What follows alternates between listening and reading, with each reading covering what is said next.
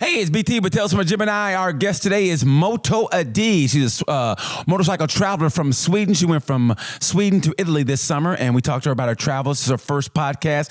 And we talk everything from motorcycles to politics to sexuality. So I think you're going to like this podcast, man. It took a turn, and it was a great turn. So enjoy Moto Adde. Uh-oh. Oh, you hear that music? That means it's time to go. That means it's time to get it on. That means it's time to start recording. Brand new guest. She's my second Swedish guest. Something about Swedes and motorcycles and women that ride. I don't know what it is. Welcome to DBT with Tales from a Gemini. My guest is, I do like I always do. I just find out, I stalk them on Instagram, and I find them and I hit them up with a real nice DM like, hey, could you please be on my podcast? And it's always the Swedes that are so nice and they agree. So my second Swede on the show, she goes by Moto Adde. Moto Adde, it's Swedish, and her first name is Adina. So Adina, how are you? Oh, thank you. I'm good, thanks. I'm cold, but I'm good otherwise. Okay, her audio, she needs to be turned up a little bit? I got it. Okay, yeah. Okay, you're cold. Well, of course, it's wintertime in Sweden, right? Yeah, it's winter. It's still pretty cold. It's minus degrees in Celsius, so it's too cold for me. Are you gonna do some winter riding? Are you gonna put some studs on the bike and go winter riding? No. I've had friends that do that, but I'm too scared.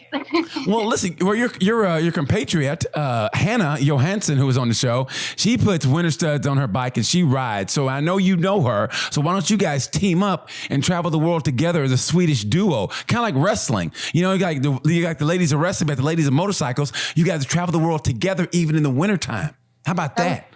That would be super awesome. She's such an idol and like an icon to me. She actually inspires me so much to do the trip to Italy. So that would be super cool. But we rode together in 2019 for the Women's World Relay. Okay. You know what that is? Please tell me. No, please tell me, please.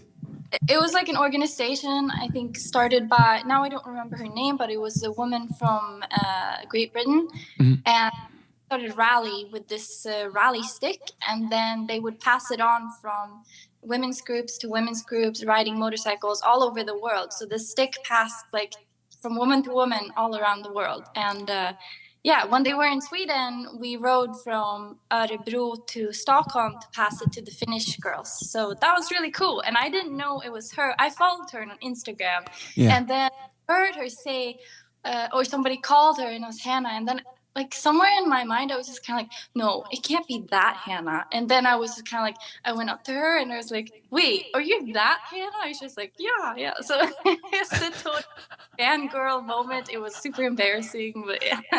Well, yeah. It's great. You guys, I think that would be great if you guys rode together, honestly, around the world. Two Swedes together. That's what you call you combine your podcast, two Swedes together, travel the world. How about that? And I'll do the narration. Like you just send me the video. I'll do the narration and two, like kind of like Morgan Freeman, and the two girls traveled around the world together. Yeah, that would be awesome. I would definitely watch that. Well, you got to get you a winter riding first. We got to get you some studs and go winter ride. I want to see you do that. She's doing it. So why don't you do it? I mean, what's there to be afraid of? You've dropped your bike before, right? Yeah, many times. Not this one. Oh, actually, yeah, I have dropped this one before too, but not after the makeover. So I saw that makeover. Great job, by the way. And that's what made me, honestly, that's what really got me, that you did everything with that bike. Did you understand how to do that before, or you just learned by rote? Absolutely not. I had a lot of help. I did not do everything myself. So a lot of it, I had help. A lot of it is YouTube. A lot of it is my Heinz manual, this one. And a lot of it is just like super nice people who know what they're doing, experienced people from different garage places I've been to that know what they're doing, and they helped me out. So I learned a lot from them.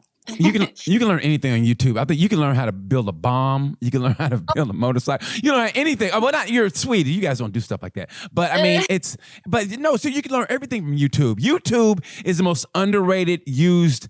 I don't know how we say not utility. Yeah, everything. You can learn everything from YouTube. Yeah, amazing. I love YouTube.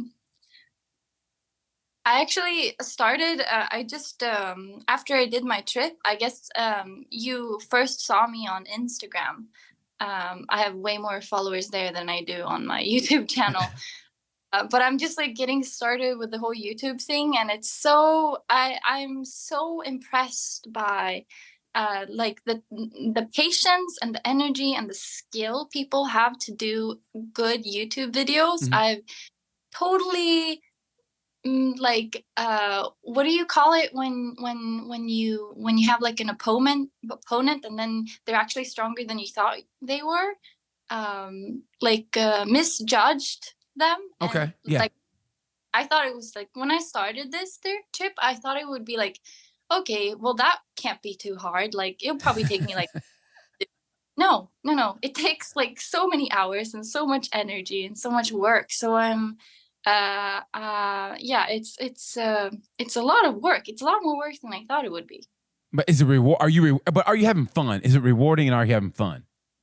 Oh, absolutely. Yeah, it's really fun. Like right now I'm using Premiere Pro and it's super, like it's a super easy program, I feel like. So yeah, it's really fun. I really like you know, graphic design and like making art via the digital what do you call it, Illustrator. Okay. So I mean, anything like content creating, I think that's super fun. So that's why I'm doing this. You know what? I think I ran across you when I was in Italy. You were in Italy. It was a weird thing. I remember vividly. It was in September. I think you were in Italy, right? And I was on the Rimini coast, and I was going through my Instagram, and I saw your like a post. And I go, "Oh, she's in Italy too." And I don't think I commented because I thought that would have been kind of weird if I would have said, "Hey, I'm in Italy too. You want to come down and watch the MotoGP race together?" So I didn't like comment, but I wanted so bad to, but I was afraid how it would look on your end. You know what I mean? I try to look after women and think about your point of view. Like here's some weird dude from America going, "Hey, why don't you come down here and let's watch a race together?" Yeah, but you know, the worst thing that can happen is that I ignore you or just like don't say anything. Oh, that's been done. Yeah, that's been done before. Trust me, you're not the first thing. You won't be the last. But the thing about it is, I want it so bad because I just loving women, and for some reason, I love when women travel by themselves. To me, that's the ultimate form of independence. It sounds like nothing, but when a woman, like especially on a motorcycle, and you're traveling and you don't really know anybody, and you're just trusting yourself and your instincts to go out there on a motor, I think that's the most incredible thing in the world. So that's why I'm attracted or drawn to women like yourself and like Hannah, because you guys are doing it. You're doing it by yourself and you're so I'm very aware of how this comes off if you don't know me. So I try to keep it up here and say, listen, hey, I try to like keep my voice high so it doesn't scare you, not the typical dark, like deep black man voice. So I keep it like up here so I don't scare you. But I want to be like, hey, come and watch the race with me. So I wanted to so bad, but I said, nah, I better not. Yeah, no. But then again, I've had this dream to, this was my first solo trip alone. So I actually had a lot of people who contacted me and wanted to ride with me. A lot of like, random people on Instagram, but also like organized women's riders groups. And I tried to get in contact with one of I think it was the Vima, I think it's called, of Italy. Okay. They called me, but I couldn't match their time with where they were in Sardinia and I was going to Sicily, so it didn't really work. But I would probably have said no if you contacted me, but that's not because of any like you. It's because it was my first solo trip and I was just kind of like in this whole euphoria of like traveling alone. Yes. No, trust me, I totally understand, and I wouldn't even like I said. That's why I stopped from like asking you because I go, yeah, that's weird. You know what I mean? To be someplace in another country, go, hey, you want to come? You'd be like, excuse me. So that's why I didn't say. But I wanted to ask you this: if I ask you, which happened first? Did you find motorcycling, or did motorcycling find you?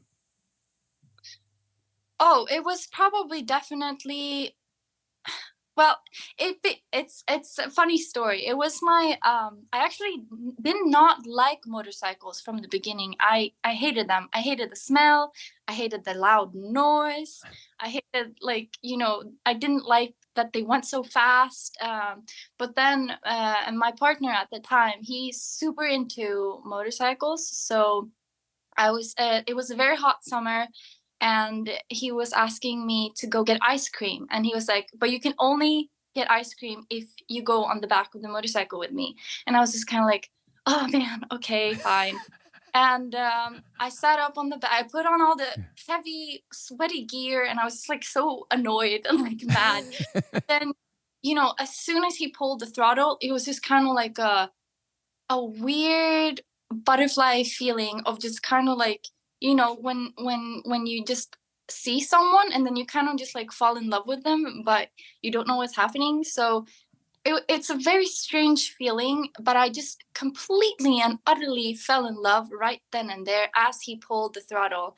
And it was like, Swedish summer, and the warm wind was coming onto us, and I could like let my arms out and feel the air. And then the summer fields, the flowers were coming in through the visor. And I was just like, I need to do this myself. This was so like unexpected, that I would fall in love with this, because it was so, and all my Exhilarating. family, none of them have this interest, and none of them are. I'm trying to get my dad over onto this, but Yes, yeah. Yeah. it was so unexpected. And I think, yeah, it was more sort of like motorcycling. Yeah, they found me. Definitely.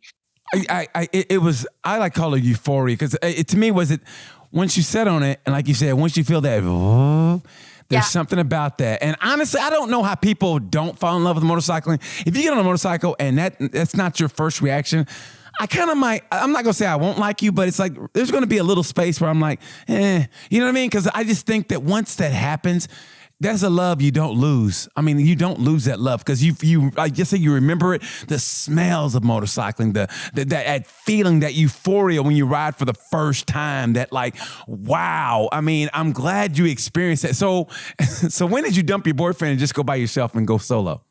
Oh, that was it's actually a quite depressing story. It was a quite a toxic relationship. So. Yeah. Yeah, he actually dumped me, so it was not me that dumped him. Oh. But I'm very happy that he did, because now I think we're both in a better place. Yeah. But I think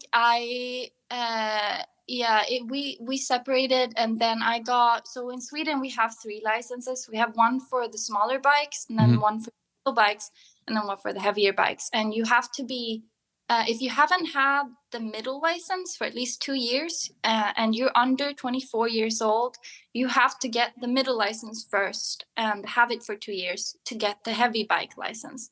And I was 23 at the time. When I was, I've been practice driving since after that time, when I went on the back of his bike, and then I was 19. So I got my middle license when I was 23. I was just like, fuck it. I don't care if it costs a lot of money. I want to ride this summer, and I want to get the license for the middle bikes now, so that I can, be on 2 wheels this summer. So then I got that. And then I took the heavy bike license when I was 24. So I've had the heavy bike license for 4 years now. Well, I think United States should adopt that, honestly, because I think it's almost appalling how once you get a motorcycle license here, like, I understand dealerships have to make money and sell bikes, but they don't really care. They just want to get it out. And I've seen just horrific situations where people shouldn't be on that bike and they sell it. And I'm like, oh my God, you're trying to kill that person. And I think that's a great, like I said before the show, you Swedes are very smart. And I think it's a thing. There'd be more less fatalities, I think, here if people did it the way you guys do it. I mean, first you got the meatballs, then you got IKEA, and then you got the 3 motorcycle licenses. I mean, you guys know how to do it. Great. Yeah. Yeah. No, I mean, I guess we're very and I noticed that when I went to Sicily, because, in Italy, you just kind of like after a while, you just kind of like you forget the way you ride in Sweden versus how you have to ride in Italy. And Italy is just kind of like Crazy. it's like functioning chaos. Yes, it's organized chaos. It really is. I rode in Milan and I was like, man, what are you guys doing? I avoided the big cities. With the counsel from my well, I call them relatives. It's not by blood, but yeah, it's I have relatives close to Venice, Mhm. and I stayed there for almost I think it was 1 or 2 weeks, and they sort of helped me and try and like plan the rest of the route in Italy, and they were like, avoid Rome, avoid Milan, avoid like the big cities, because it's not going to be fun for you. You're just going to be in traffic, and that's probably, and that's not what I wanted. I wanted, like, to go on the back route where like the stray cats go, or like, Yes, it is, because I saw your YouTube video and you missed your turn, and so you took another one, and it turned out better. I mean, you were like, I'm glad I took it, and that to me is what motorcycling is all about. Somebody said it, and it's not an original quote, but you don't really get lost on a motorcycle. You just find like different roads and different routes, and like you say, and like when I watched it, you go, I missed my turn.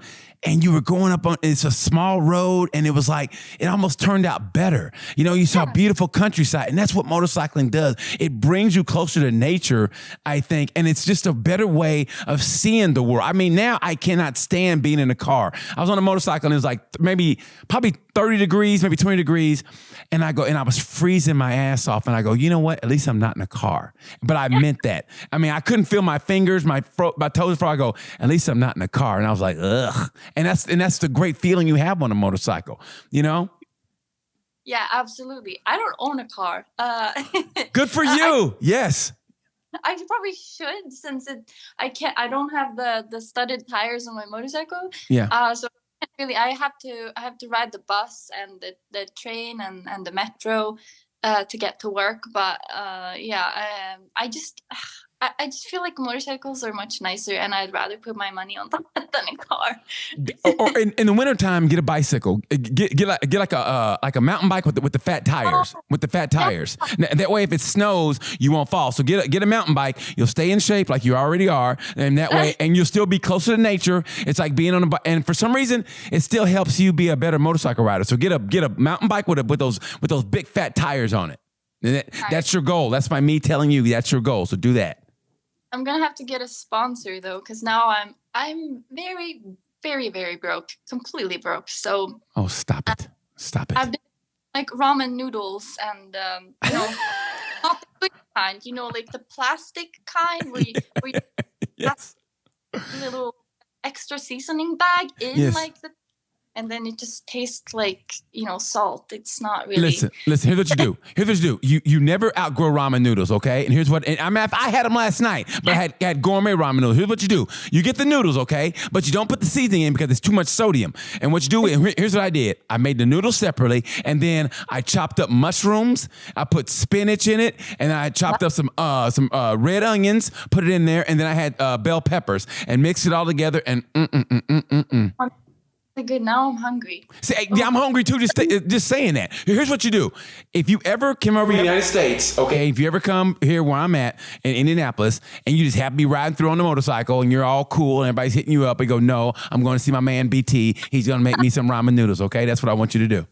Yeah, man. Okay, I'll do that. So speaking of that, actually, what I want to ask you, and it was like in relation to kind of like the relationship you were in, you said it was why was it a toxic relationship? Oh man, I don't want to bad talk this person because he's not here and he can't defend himself. But I think it was my very first relationship with anyone, and I had a lot of problems at home, and I had a lot of problems with myself, and I still do. I have a lot of work to do on myself. And in what way? In what way though? In what way? Well, mental issues, like depression, anxiety, and just like self-esteem issues. And I think like a lot of that was really hard for him. And so I don't want to say it's like my fault, because some of the things he did were completely not okay. But I mean, we were both very, very young. We were 19. It was my first relationship, so I guess it was like, yeah, it didn't work. It didn't work.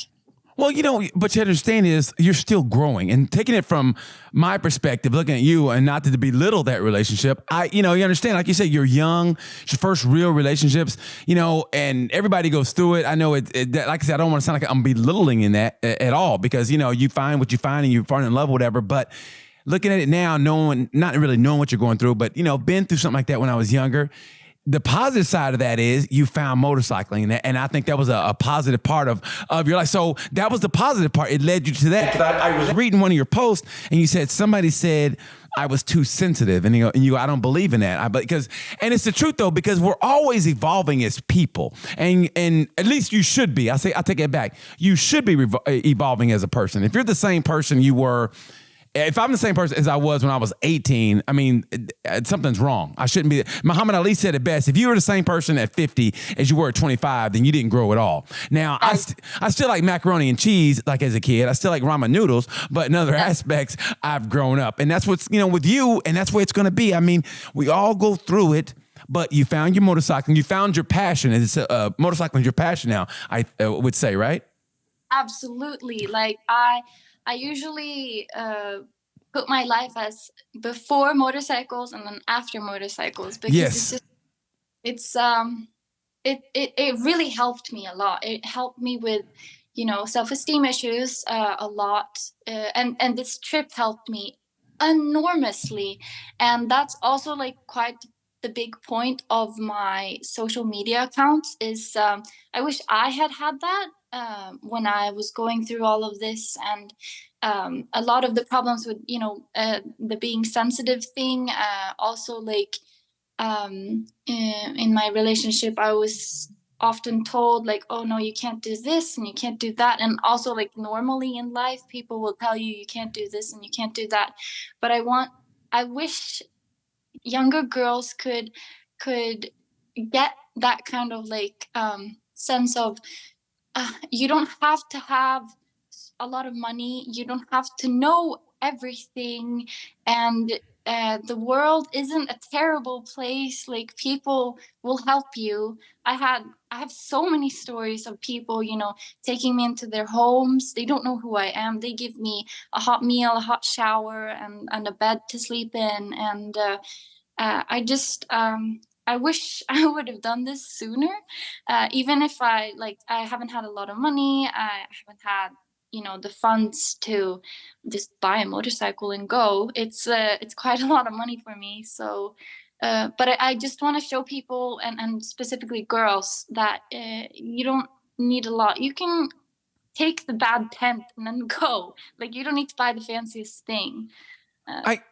Honestly, and you talk about, and I don't want to get into it, deep into you. You talk about, you had your self-esteem issues and depression, whatever, but you do stuff that I never would do to this day. And you went camping by yourself. Also, you set a camp up and just weeds in just a field. And I'm like, oh my God, I would never do that. And then you said you read your book, you had some mango slices. And I go, man, the first thing I would do is I would find a hotel. I don't care if I'd be broke. I would find a hotel. I'd break in somebody's house and cuddle up with them like, shh, I'm not going to hurt you. I'm just cold. You know what I mean? There's no way in the world I would do it like you. But I just think that right there shows your strength of a person. And that if you did have self-esteem issues, that should help you alleviate them, because you're able to be strong enough to camp by yourself in the woods and travel. And to me, that's a big thing right there. So I think those little obstacles that you accomplish are like little baby steps in becoming the person that you want to be. Definitely. And that's what I said. Like, I could do a lot more than I thought I could. And one of my biggest scares for the trip were dropping the bike. And I knew I probably would drop it at some point, but I was, oh my God, I'm so afraid to drop the bike. And then it happened. And I was just like, and I actually recorded this. I haven't posted it yet because right now in my YouTube video things, it's taking me such a long time to do. Yeah.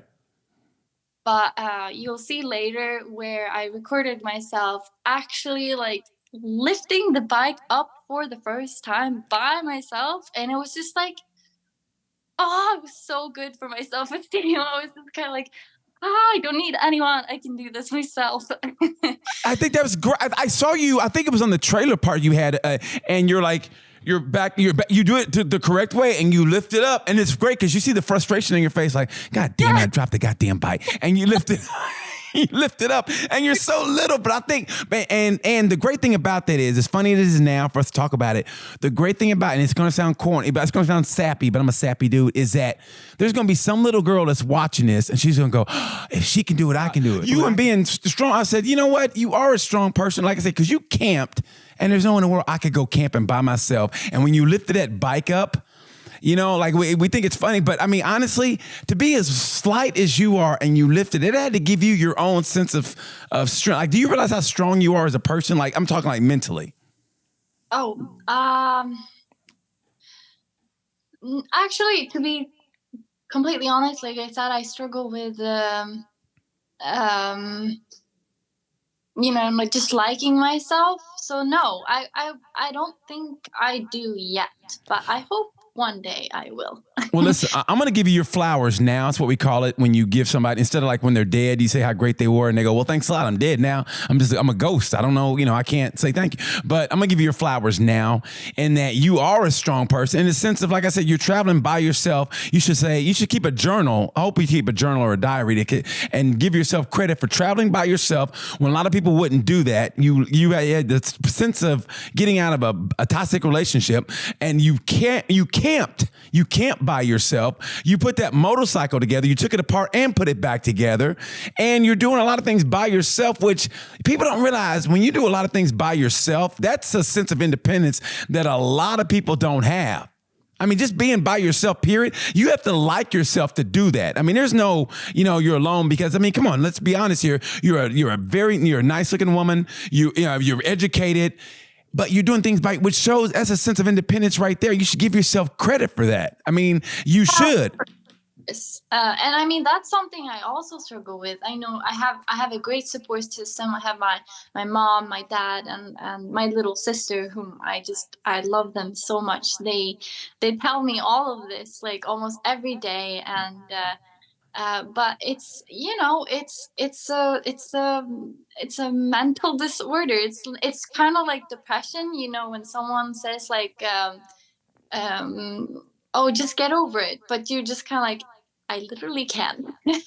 So yeah. and kind of I just have to work with. I obviously I know like I have a lot of strengths, and you should like yourself, and it's something I'm struggling with, and I'm sure, and I do share this on my social media, and I've had a lot of people contact me and said like, oh, thank you for speaking up about this, and this is so important, and so I'm it's very nice that you're saying all of these things. It's really kind, but I still have to be honest and be like, okay, now I am struggling, but one day I will understand all of these things that you're saying, but right now it's just kind of like, no. No, I understand that what you're saying. That's why I try not to now say, hey, get over it, because I get that now, because it's almost dismissive of somebody's feelings, because we all process life at a different rate or in our own way. And so telling somebody to get over, it's almost like, man, you know what? Fuck you. Let me get this the way I'm getting it. Okay. So yeah, you should say that, but you gotta be nice about it. But a lot of people get on planes or whatever with a support animal or support pet. Our support animal is our motorcycles. I mean, that's where we get our And that motorcycle ride is where you go, you know what? I feel confident. To be able to pack your stuff up. And trust me, when I first started sport touring, I didn't know what the hell I was doing. And you make so many mistakes, you know what I mean? And you overpack or you underpack. Oh, I didn't bring any rain gear, and you found that out the hard way. So in the very beginning, what were the mistakes you made when you sport traveled? Oh my gosh. Like you said, the rain gear was a really big mistake. And then also I had so many struggles with the storm stove. Yeah. Cooking. I had so many problems with that. Also, like, not sport or like off-road motorcycling necessarily, but, even just being like a content creator, I should have brought, an external hard drive for all the files. Not film the entire time, but just like play, speak, and then stop when it's a boring road. Not completely take all your battery time to film highway and like, oh gosh, there's so much. And maybe like, and this is the Pirelli story. I should have brought the right kind of equipment for taking off or tightening the chain. I didn't bring the right kind of wrench to loosen the bolt in the back. Oh, and it was such a struggle. But this was like not even in the beginning. This was like halfway, and I was in Sicily when this happened. And I stopped. At first, I heard a noise, and I was just kind of like, "Oh man, this is my chain. I have to tighten it now. Like it's gonna fly off, and this is insane." Because I was pulling a throttle and it wasn't like responding properly, and I was just like, "Oh man, no!" And then I just stopped on the side of the road. I don't really it was near Mount Etna, and I just stopped on the side, and then I took a look, and I was just like, I was supposed to be like maybe 1.5 or 2 centimeters the gap when you push the chain. Well, mine was like almost flat and way over the swing arm, so I was just like, oh great. I suck. I'm the worst motorcyclist off-rider ever. And then I was just trying to get all my gear off, and then I was like red in the face, nostril flared, and I was like getting all my tools out. And then, the misery of realizing that you brought the wrong tools. And then, why is this my life? And I try with the tools I have, and I'm just standing there, and this man comes up, and he's Italian, and he starts speaking to me in Italian, and I'm just like, I only speak English. Do you English? And then he's just like, no. And then I show him the chain, and he gets it, and then he tries to help me, and with no luck. And then he like sort of like waves over like a truck, and 2 other guys come out, and they have tools, but they can't do it either. And it's just like, oh, it's such a mess. And traffic, and it's just like, oh god. I was like, oh my gosh, I'm like the weird and in another, I like messing everything up, so embarrassed. But then they started driving away, and they were kind of like waving for me to follow, so I was like, okay, they're probably taking me to a mechanic, right? So I can borrow, rent, and then be on my way, and everything good. Now we'll forget about this. But they drive me to the testing center for Pirelli, and I'm just kind of like that. Then I just got kind of like even more embarrassed, because I was like, no, please don't make me go here and show them how terrible I am.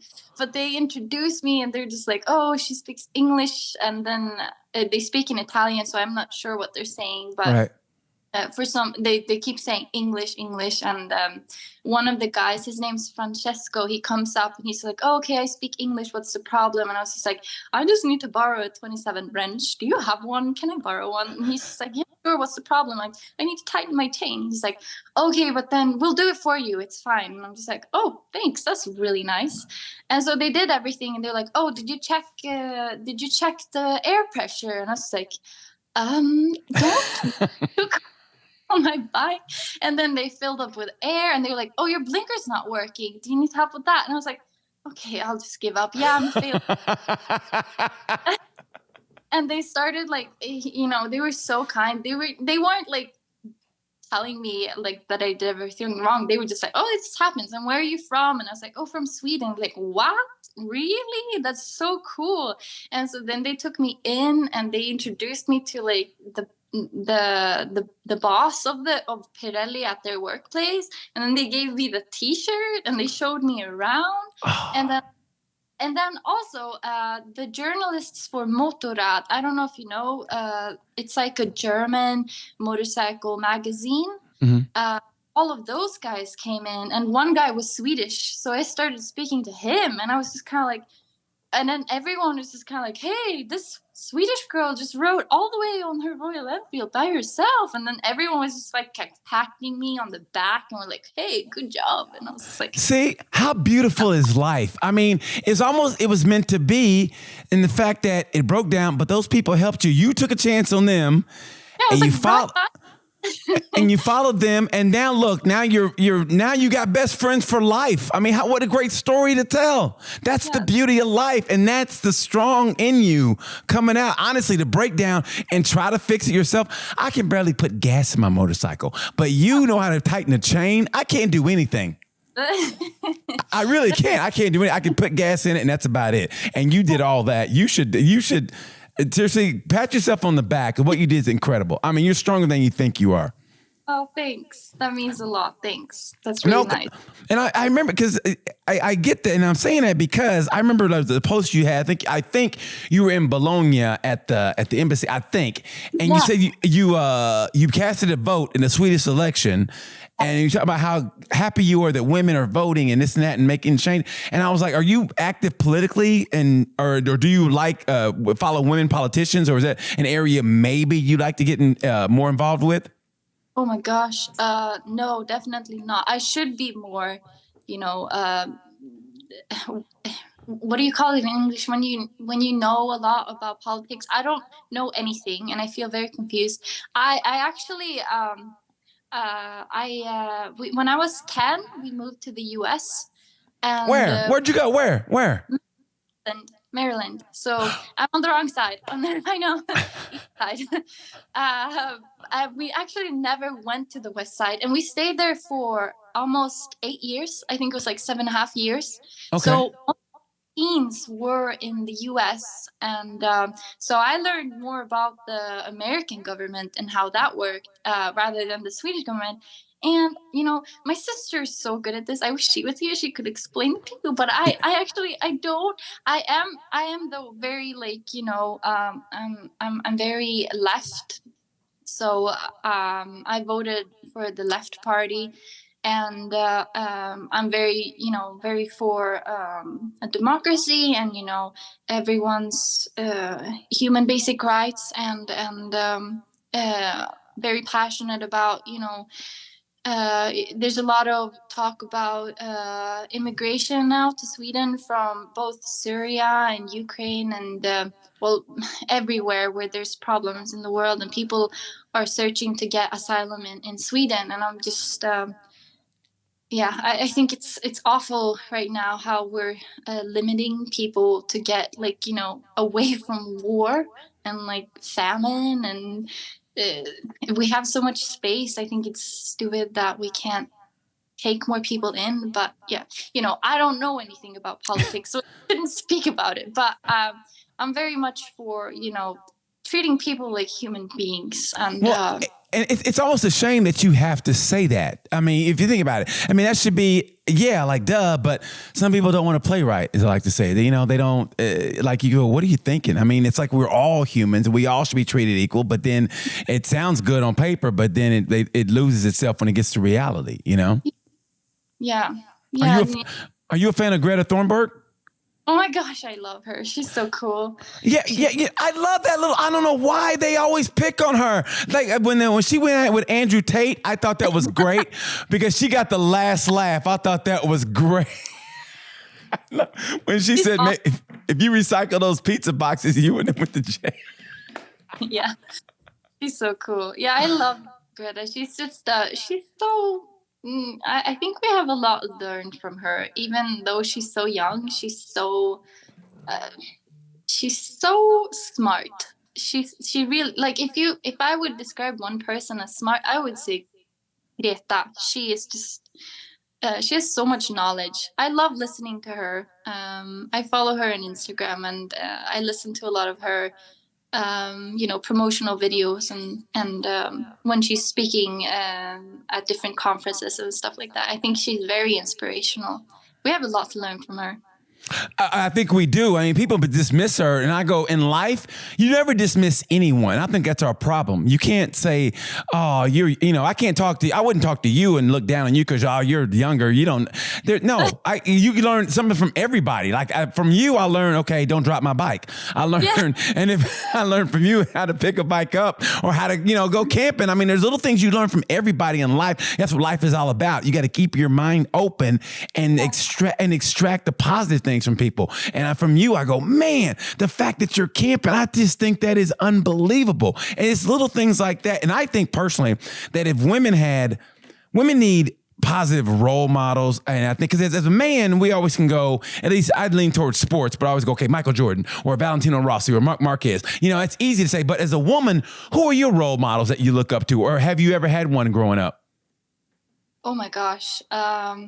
I guess mine have varied a little bit, but then I've been a very weird child. No. I have a lot of different hobbies, and they change all the time, except for motorcycling. When I fell in love with that, it's been sticking to me like, I don't know what you can say, but it's just it's going to be with me for life. I already know that, but I've been a very weird child. I guess, in motorcycle perspective, I would say, Hanna, of course, she's really cool, but also Rosie Gabrielle. Mm-hmm. Who more? What's her name? She's the English woman who went around the world in, I think it was the 70s or 80s on a BMW. Elspeth Beard, very cool. She actually commented on my Instagram, and I was she's so cool. More. Rie, also really cool videographer on YouTube. And of course, Itchy Boots. Itchy Boots. I got to get in touch with Itchy Boots. You know what's funny? I looked at Itchy Boots, I looked at you, and I said, I went with you first. And I mean it from the bottom. And it's not like I'm sure if I get Itchy Boots on, I got to be like, it was, I got to explain myself to her. But honestly, it was like Itchy Boots, and I saw you, and I go, and I wanted to reach out to you in September, and I finally did it with you first. So maybe Itchy Boots. But yeah, you both, but I think the world needs, at least like I said, little girls need, that's something that, somebody that it seems more attainable. And like you seem like you're on this level. And that's what I think makes it more palpable for the girl to go, okay, I want to be like her. Because I mean, you're just an everyday person who's doing extraordinary things, and that to me is what a role model is. I mean, there's people out there that look unattainable, like trying to say, I want to be president. It's like, really? But if you say, hey, I want to be like, Moto Adde, you're like, oh, really? Like, what's cool about her? Man, she went from Sweden to Italy by herself. She camped out by herself. She dropped her bike. She picked it up by herself. She knows how to fix a bike. Little things like that, you'd be surprised. Little things like that just help people go, okay, if she can do it, why can't I? Yeah, but then also, like, it shouldn't be just like, now I named a lot of female influencers, but I think it also shouldn't limit you to gender. You should be able to, even like non-binaries should be role models. I don't know any non-binary moto influencers though, so it's quite hard. But like, how about like heterosexual older African American men from America? How about that influencer? Like yeah. I mean, it shouldn't limit you to gender, but I do think that motorcycling is a male dominated hobby or sport or category. So I think, and it's not often. I mean, I have a few female rider friends, but they're quite far away, and some of them are through Instagram, and they're like on the other side of the world. So it's always nice, and it's so nice because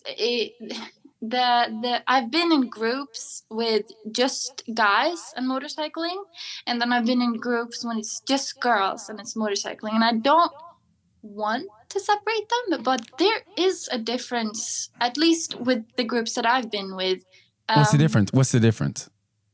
I felt a little bit. I felt a little bit calmer, if that's a good description. When I rode with the Women Riders World Relay, for example, I rode in I don't know how to say it in English, but it's like when you're a big group and then you have one rider to the right and then you have another rider in the back but to the left, and then you stagger. Yeah, you stagger it. Yeah.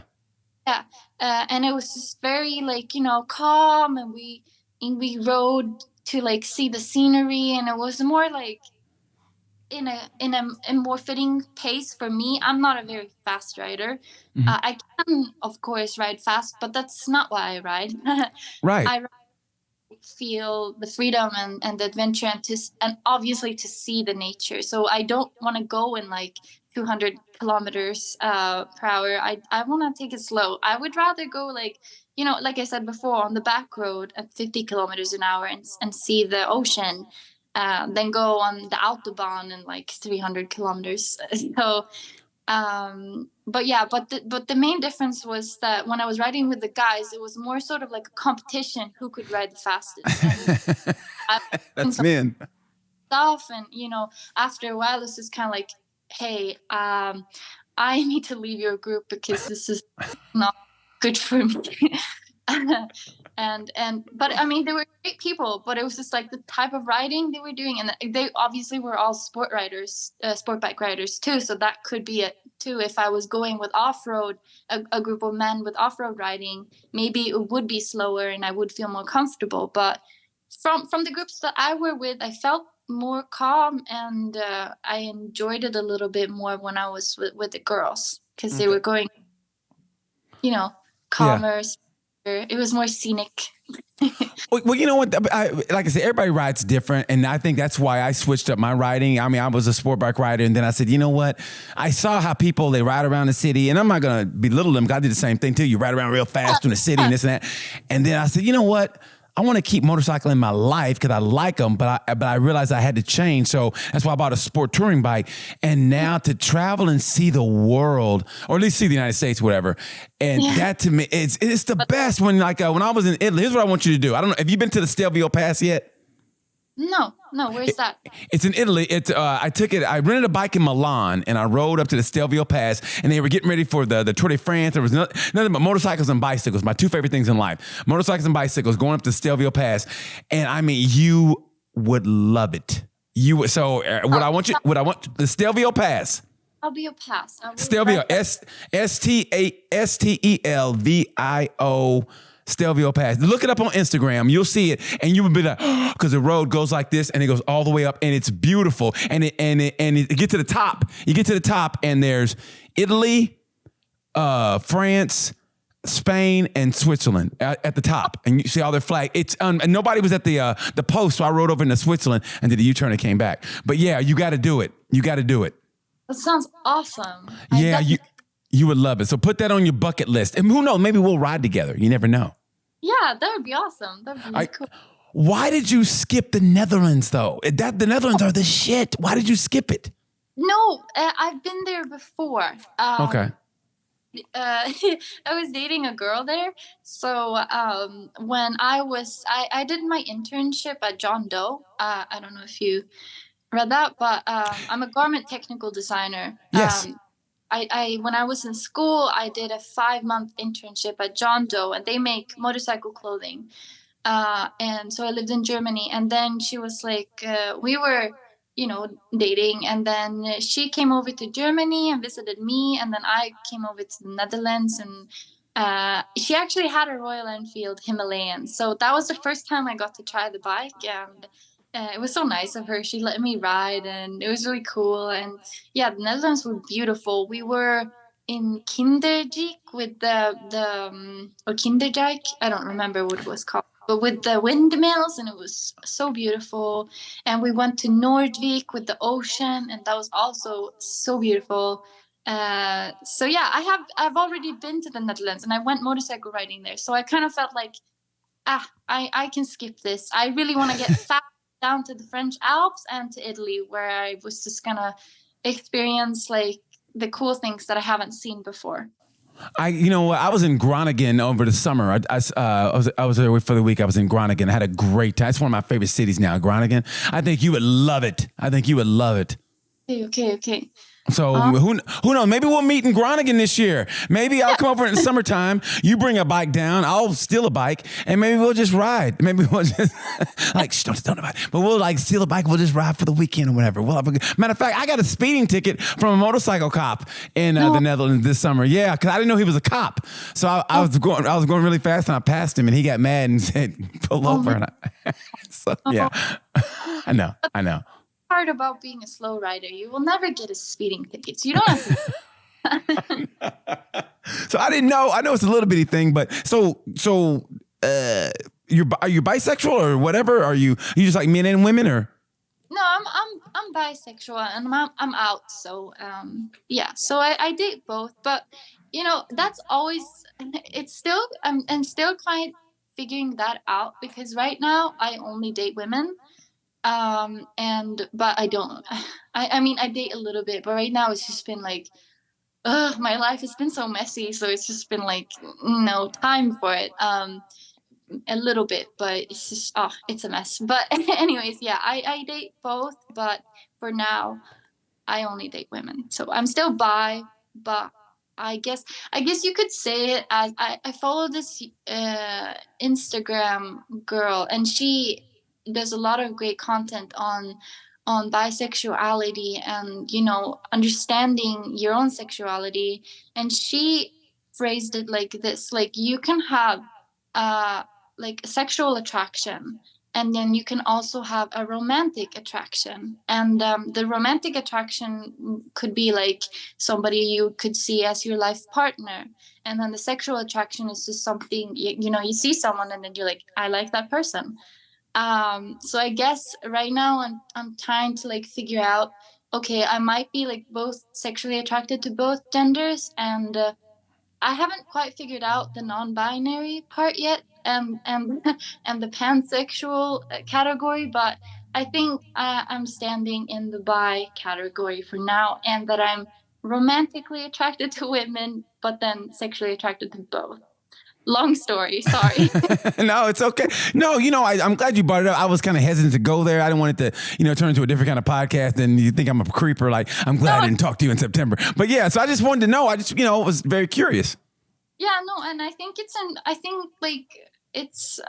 as long as people are comfortable talking about it, then I think it's fine. And I'm very comfortable talking about it. So yeah, and I think like, also I would appreciate it if I could, like, I always look for more information and more, like podcasts, or maybe in movies, people representing bis, because a lot of the representation, I feel like I have really seen a lot of like movies or TV shows where they represent the bisexual girls. It's always like homosexual, and then or like the lesbians or the gays, but there's not a lot of the bis, and I'm just kind of like, I need more representation. Can people please talk about this more? No, you know what? I'm so glad you said that. That's beautiful. And thinking about it, and just now that I thought about it, yeah, I remember you were passing through, I forget where it was, and they were having a pride parade or something. Yeah. And so, and you, afterward, you put up Happy Pride Day. Yeah. And also Bi Visibility Day, but that was on Instagram. But on my YouTube, yeah, it was for the Pride. And I wish I would have gone. It was Stockholm Pride. I really wanted to go. But then again, it was sort of kind of like, do I do this like a life adventure trip now that I will have with me for the rest of my life, or do I go to Pride? And I was just kind of like, of course I want to do both, but right now I will prioritize the trip. So I left like, I think it was like a few days before the Pride Festival and the parade. And also it was like such a specific Pride, because there'd just been like a shooting in Oslo for the Pride. Mm-hmm.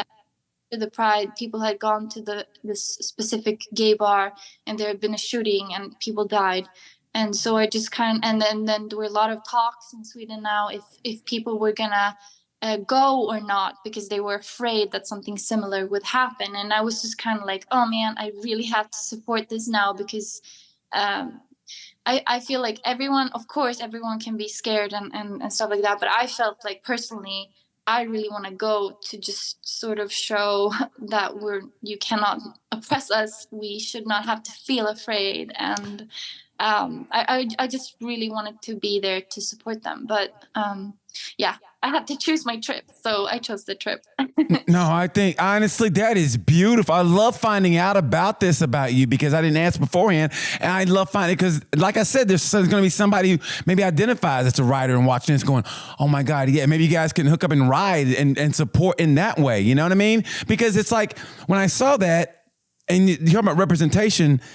And we talked about civil rights for people. People should always, and it's the truth because to me, every right should be a human right. Every civil right should be a human right. Like if you're born on this earth, everyone should have the same liberties. And to goose it now, if you've done a crime or something, yeah, I can see why you're restricted in this way. I understand that. But if you're born on this earth, you should have this. Everybody should have the same kind of access to stuff. Because you're a human being, and because your sexuality or the color of your skin or whatever should not limit you.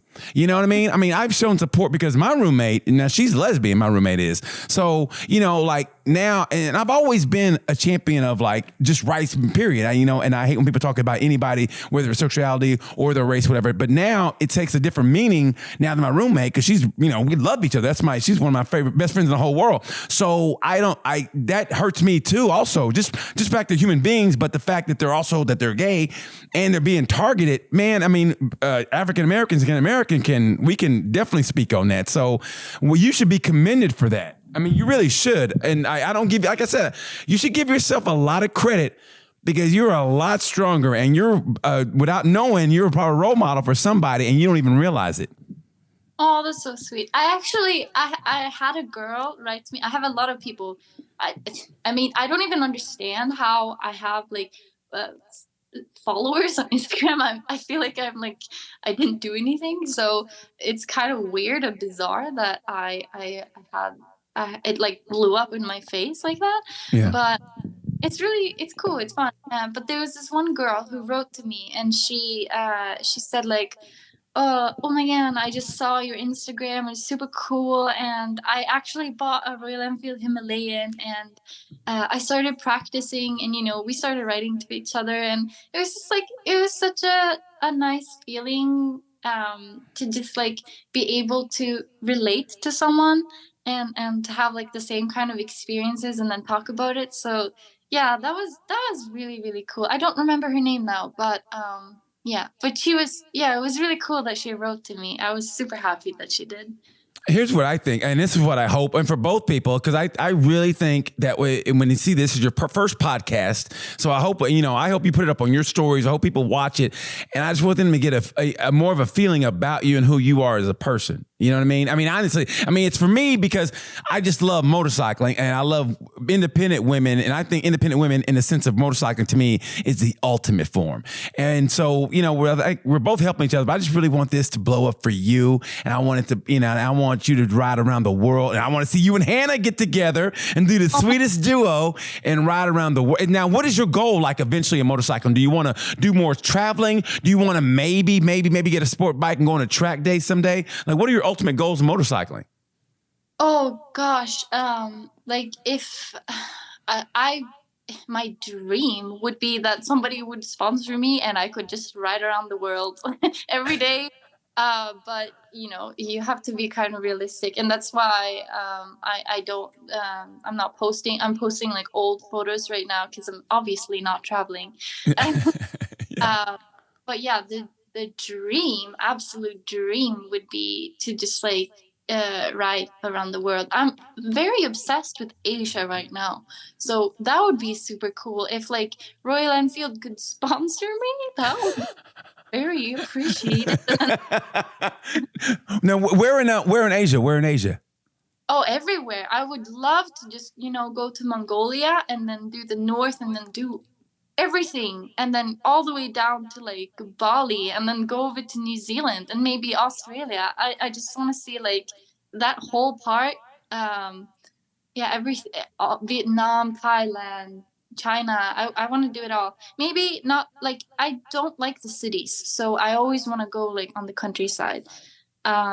Maybe I don't know how Burma is looking right now. Maybe it's not so safe, but just all of Asia. I just think that they're all the agriculture and like the nature there is just like, it looks like something. Well, it wasn't like the Avatar movie inspired by like China's kind of pillar mountain things. So I have no idea. I've never seen blue people in my life, so I don't know. I have no idea.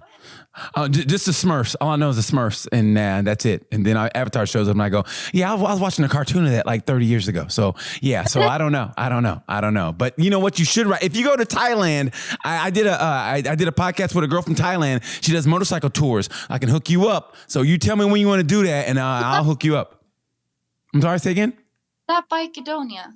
Yes, Grace McDonald, that's her name. Yeah, so yes, she's great. I'll get in touch with you guys. You guys can hook up, and it'd be great for you guys to go ride. I would love that. If I could bring people together like that, I would love to do that. And Hannah's right there now. She's sponsored by Thailand Triumph, I think. So she's in Thailand too. I think you should go to Triumph and maybe get a sponsorship. You should go to Triumph. Yeah. No, but she's so cool. Have you seen her new photos? Yes, they're beautiful. I mean, that's something you two have got to ride together. You have to. I think it's beautiful. Now, on your camping, before I gotta get out here real soon, but like, you ever had any negative like situations with your camping or just on the road, period, other than dropping your bike? Actually, I counted this. I was on the road for 61 days, and there was only one night where I felt unsafe. And it was in Sicily. I was on my way back to not Livorno. What was it? Palermo. And it was like in the northern region of Sicily, and I was in this camping place. But this was like one night out of the entire trip, and it was just like, I think it was just like a really weird person. I don't think he was normal. So, but I was talking to him. He was showing me the place where I could tent, and I was just like, being me, talking, being social, and was like, oh, cool. Thanks for the place, and like, okay, I will put my tent up here. And then he started asking me where I was from, and I was like, oh, Sweden. And he's like, oh, okay, cool. And then he went off, and I was like, okay, putting up my tent, getting ready for bed, putting up the mattress and everything. And then he comes back, and he's just kind of like, oh, do you have a boyfriend? And I was just kind of like, but I don't date men. And then he was just kind of like, oh, but I would like if you could stay here. And I was just kind of like, no, I'm gonna stay here for the night. I have a place. I have a ferry to catch. And he was just kept on like insisting. And then I was just kind of like, no, I don't want to. And then he went away. And then I was actually late at night. I think it was like I think 10 to 10, so 10 p.m. So it was quite late. And then he came up to the door, and he's like, beautiful girl, open the tent. And I was just kind of like, what the heck? So then I just kind of opened it a little bit, and then I was just kind of like, what's wrong? And then he's like, please stay, please stay, and like begging. And I was just kind of like, what the hell? This is creepy. And then I actually like said really loudly and really firmly, like, leave me alone, go away. And then he left. And my mom gave me like a little Swiss Army knife. Yeah. And I remember, and I'm laughing at it now, but I was really afraid that he would, like, I don't know, pick up the entire tent and me with it and carry me out to the docks and throw me in the water or something. I don't know. Yeah. I had all these terrible scenarios going through my head. But in the morning, I just like, I woke up really early because I couldn't sleep. And then I packed everything up, and I rode up to the reception to pay. And normally when things like this, being a woman, this happens like very often, that you meet weird people or men in general. Yeah. normally I won't say anything. I'll just be like, oh, it's just another day being a girl. And but I actually told them, I was like, this is one of your employees. I felt very uncomfortable. I didn't sleep well, and he shouldn't be behaving like this. And I hope that you talk to him, because if there's other solo female travelers that have experienced the same thing, I hope that they never get to experience this, because it was very, uncomfortable, and I was very scared. And she reacted very, very harshly to this, and she was like, oh my gosh, I did not know that he did this. Mm-hmm.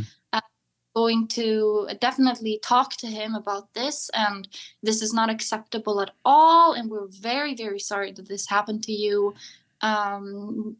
We appreciate that you're telling us this, and thank you so much. Thank you so much for telling us. We will take this further and speak to him. There will be consequences for him. So I felt, even though that happened, I think it was just, he was weird. So it wasn't it's fine. They reacted good. I reacted good, and he was just a weirdo. One bad day out of 60. Hey, it's going to happen, but I'm glad you listen. I'm up against it. We got to get ready to go, but I want a one word answer before we get here. Which is better, Swedish meatballs or Italian pizza? Italian pizza. You're a sellout. Listen, I could talk to you all day. You know what? Maybe we do a part 2 next summer after your travels. How about that? Awesome. That would be great. Moto Adde, I call her Adde. She said, however you want to go. So I'm saying Moto Adde at Instagram. Follow her. Thank you so much for your time. I appreciate that. I'm glad I was your first podcast. Thank you. We'll do another one. I want to do another one next summer. How about that? Yeah, absolutely. Sounds great. Thank you so much for being my guest. Thank you guys so much for watching. I'm BT. You know how we say about this time. You know the word. Peace.